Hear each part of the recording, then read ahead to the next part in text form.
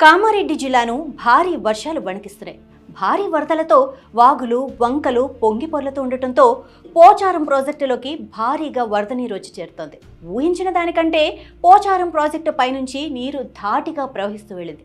ఇదే సమయంలో పోచారం ప్రాజెక్టు పక్కన గుంత పడటంతో ప్రాజెక్టు తెగిపోయే అవకాశం ఉందని భయాందోళనలు నెలకొన్నాయి. స్థానికంగా ఉన్న గ్రామాల ప్రజలు కూడా గజగజ వణికిపోయారు. కానీ ఈ ప్రాజెక్టు భారీ వరదను కూడా తట్టుకొని నిలబడింది. 103 ఏళ్ల క్రితం నిర్మించిన పోచారం ప్రాజెక్టు అంతటి వరదను సైతం తట్టుకొని ఇంజనీరింగ్ అద్భుతంగా నిలిచింది. ప్రాజెక్టు ఎలాంటి ప్రమాదానికి గురి కాకుండా ఉందని, ఎలాంటి ఇబ్బంది లేదని నీటిపారుదల శాఖ ప్రకటించింది. తెలంగాణలోనే నిజాం కాలంలో నిర్మించిన పురాతన ప్రాజెక్టుల్లో ఈ పోచారం ప్రాజెక్టు కూడా ఒకటి. ఈ ప్రాజెక్టు గరిష్ట వరద ప్రవాహ సామర్థ్యం 70,000 క్యూసెక్కులు మాత్రమే. అయినప్పటికీ ఇటీవల వచ్చిన 182,000 క్యూసెక్కుల భారీ వరదను ఇది తట్టుకోగలిగింది. ఈ అపారమైన ఒత్తిడిని సైతం తట్టుకొని ప్రాజెక్టు సురక్షితంగా ఉండటం నీటిపారుదల నిపుణులకు, ప్రభుత్వ వర్గాలకు గొప్ప ఉపశమనం కలిగించింది. ఒక శతాబ్దానికి పైగా బలంగా నిలబడిన ఈ కట్టడం ఆనాటి ఇంజనీరింగ్ నైపుణ్యానికి నిలువెత్తు నిదర్శనం.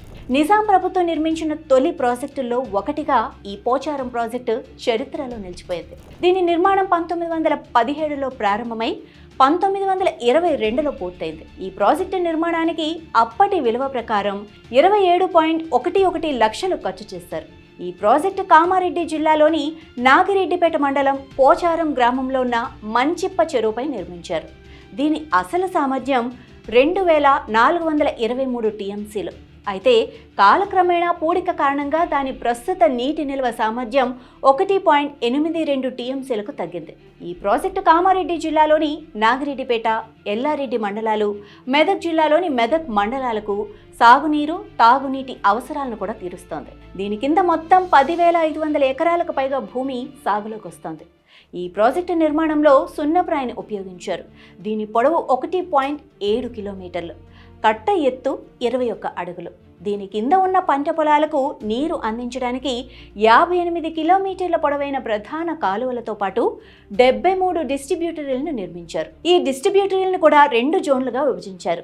ఏ జోన్ 1 నుంచి 48 డిస్ట్రిబ్యూటరీలు, బి జోన్ 49 నుండి 73 డిస్ట్రిబ్యూటరీలు. 103 సంవత్సరాలు గడిచినా ఈ ప్రాజెక్ట్ ఇప్పటికీ 1000 ఎకరాల భూమికి జీవనాధారంగా నిలబడటంతో ఆనాటి నిర్మాణ నాణ్యత, ఇంజనీరింగ్ నైపుణ్యానికి ఇది ఒక గొప్ప సాక్ష్యంగా నిలిచింది. అంతేకాకుండా ఇంతటి భారీ వరదను తట్టుకొని నిలబడి నాగిరెడ్డిపేట, ఎల్లారెడ్డి, మెదక్ ప్రాంతాలు వరదలో కొట్టుకుపోకుండా కాపాడింది. మరి ఇంతటి ప్రాచీన ప్రాజెక్టులకు కనీస మెయింటెనెన్స్ కూడా చేయలేకపోతున్నాయి ఈ ప్రభుత్వాలు. వాటి పర్యవసానాలే ఈ భారీ వరద.